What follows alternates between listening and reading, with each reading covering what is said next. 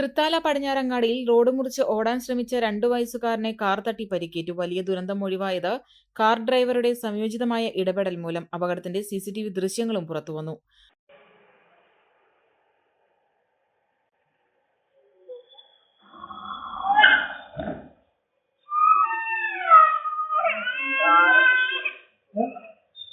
രണ്ട് വയസ്സുകാരനായ ഹൈസീൻ മാലിക്കിനാണ് അപകടത്തിൽ പരിക്കേറ്റത്. കാർ ഡ്രൈവറുടെ സംയോജിതമായ ഇടപെടൽ കൊണ്ട് വലിയ ദുരന്തമാണ് ഒഴിവായത്. കഴിഞ്ഞ ദിവസം വൈകിട്ട് തൃത്താല പടിഞ്ഞാറങ്ങാടി സെന്ററിലാണ് നടക്കുന്ന അപകടം നടന്നത്. ചങ്ങരംകുളം പള്ളിക്കര സ്വദേശിയായ റാഷിദ് നെച്ചിക്കലിന്റെ മകനാണ് അപകടത്തിൽപ്പെട്ട 2 വയസ്സുകാരൻ ഫൈസിൽ മാലിക്. ഉമ്മയുമൊത്ത് പടിഞ്ഞാറങ്ങാടിയിലെ കടയിൽ സാധനങ്ങൾ വാങ്ങുന്നതിനിടയിലാണ് ഫൈസിൽ അപ്രതീക്ഷിതമായി റോഡിലേക്ക് ഇറങ്ങി ഓടിയത്. അപകടത്തിൽ സാരമായി പരിക്കേറ്റ ഐസിനെ പടിഞ്ഞാറങ്ങാടിയിലെ സ്വകാര്യ ആശുപത്രിയിൽ പ്രവേശിപ്പിച്ച് ചികിത്സ നൽകി. ഐസിന്റെ വലതു കാലിന് പൊട്ടലേറ്റിട്ടുണ്ട്.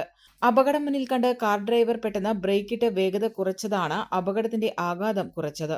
പരിക്കേറ്റെങ്കിലും അപകടത്തിൽ നിന്ന് തലനാരിഴയ്ക്ക് കുഞ്ഞിന്റെ ജീവൻ തിരിച്ചുകിട്ടിയതിന്റെ ആശ്വാസത്തിലാണ് കുടുംബം.